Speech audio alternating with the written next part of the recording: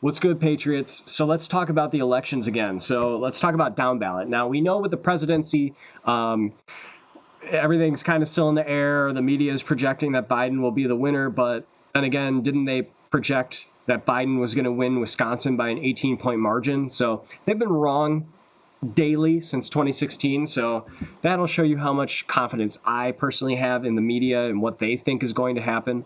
Donald Trump has many routes to victory in legislatively through the Supreme Court. And keep in mind, the Supreme Court, 3 of the people that he nominated all helped Bush in Bush v. Gore.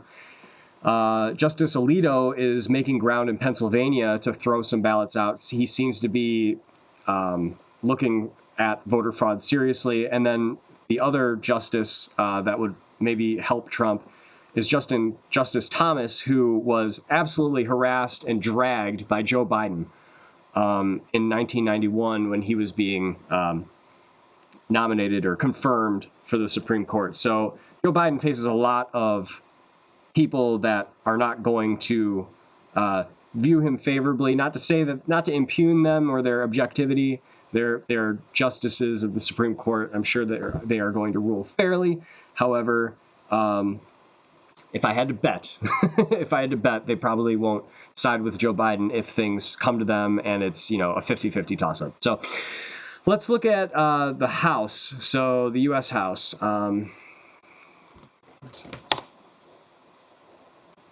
So in the House, the Democrats lost 4 seats. The Republicans picked up 5 seats.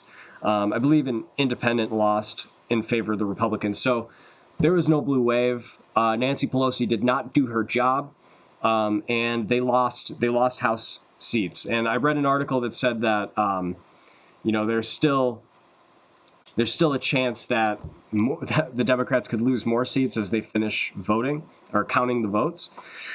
So as of right now, what I've read is that there are Democrats in the House that are upset with Nancy Pelosi, saying she didn't do her job. She didn't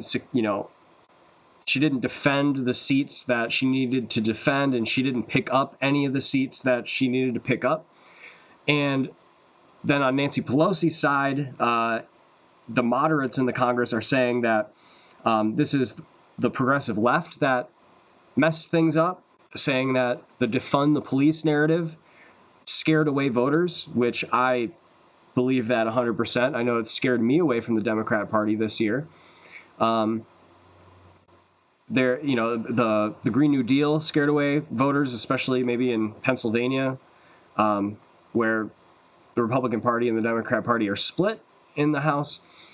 So overall, I'm going to give the Democrat Party a D-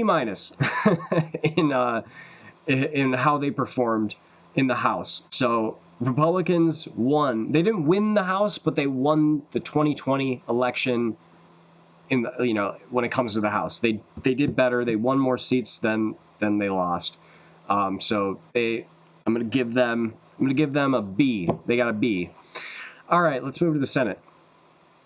As of right now, it's 48-46. It looks like the Republicans are probably going to pick up 2 more seats when they finish counting in Alaska and when they finish counting in, what was the other state? I'm blanking. There's another state that they're counting in. Now, Georgia also has some seats that need to be determined, and that will not be determined until January 5th. So buckle your seatbelts. We're not going to know who really controls the Senate until January 5th. But the experts, if we dare listen to them, and they are left-leaning, are saying that the Republicans look poised to hold the Senate and maybe even have a slim majority, or continue a slim majority. Meaning, check this out. It says here, this is NBC News.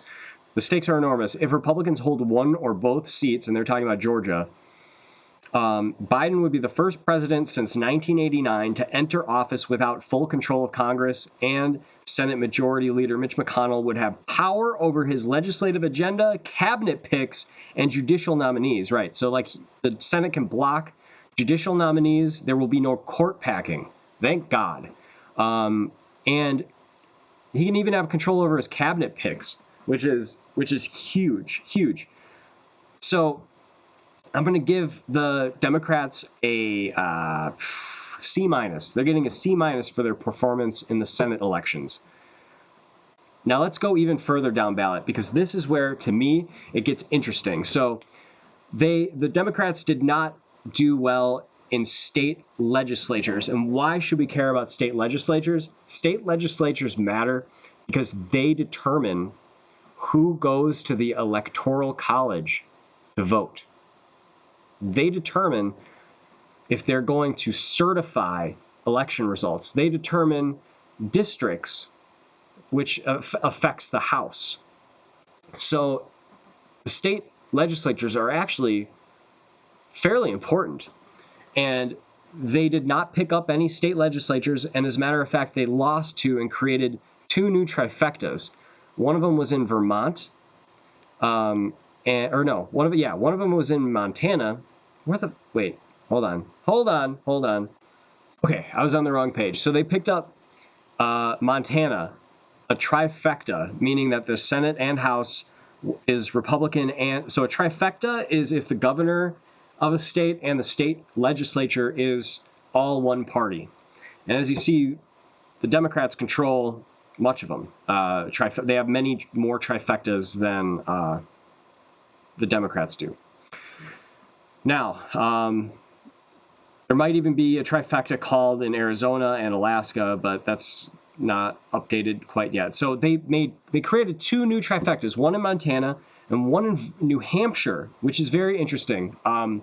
New Hampshire almost went to Trump this election cycle. So New Hampshire might be going Republican in the future, especially if they're able to, as the Democrats say, gerrymander, or as it's actually called, redistrict their districts. So Pennsylvania has a House and Senate that are Republican in their state legislature. Michigan has a Senate and House that are Republican. Wisconsin has a state Senate and House that are Republican. North Carolina has a Senate and House that are Republican. And Arizona may have a Senate and House that are Republican. So I believe it's December 5th or 15th, the state legislature, they send electors to the Electoral College to vote for president, and that's the real vote. Now, I don't think it's really ever happened where they go against the will of the people, and some states even have laws against it. However, in a state like Pennsylvania or a state like Michigan, where the results are in question, the state legislature can decide to not certify the results of the election and not send any electors to the Electoral College.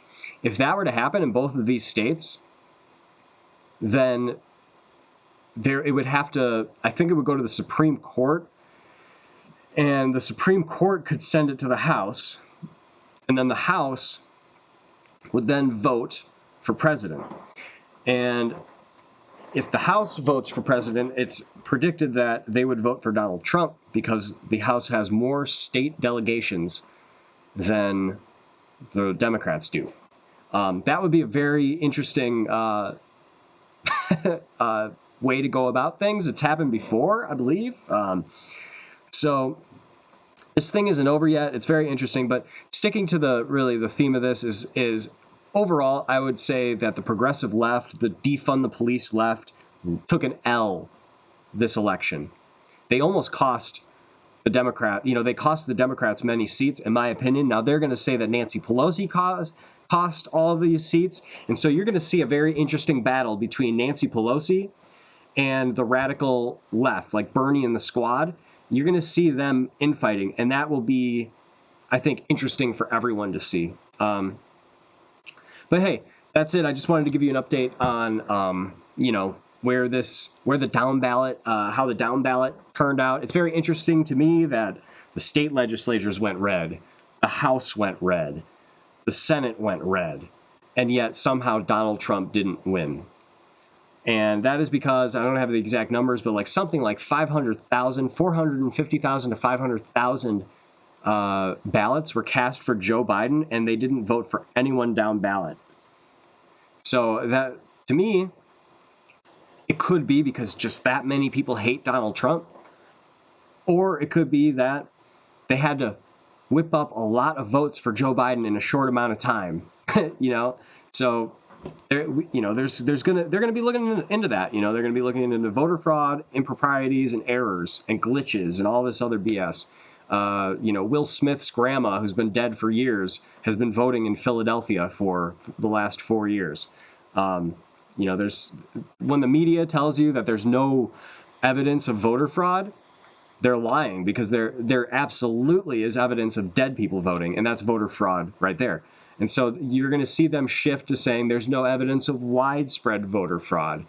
And, once that gets debunked, that's when things are going to start turning around, and you're going to start seeing them sweat. But they're rolling things out. They're going on and on about, what, Joe Biden's going to, what he's going to do with his cabinet and all this stuff. They're just trying to, I don't know what their agenda is. I know that they hate Trump because Trump keeps calling them the enemy of the people. Can you really blame them? But anyway, that's a different topic for a different video, but just wanted to go over the down ballot. If you want to see more videos like this, go ahead, hit subscribe, and I will see you on the next video. Peace.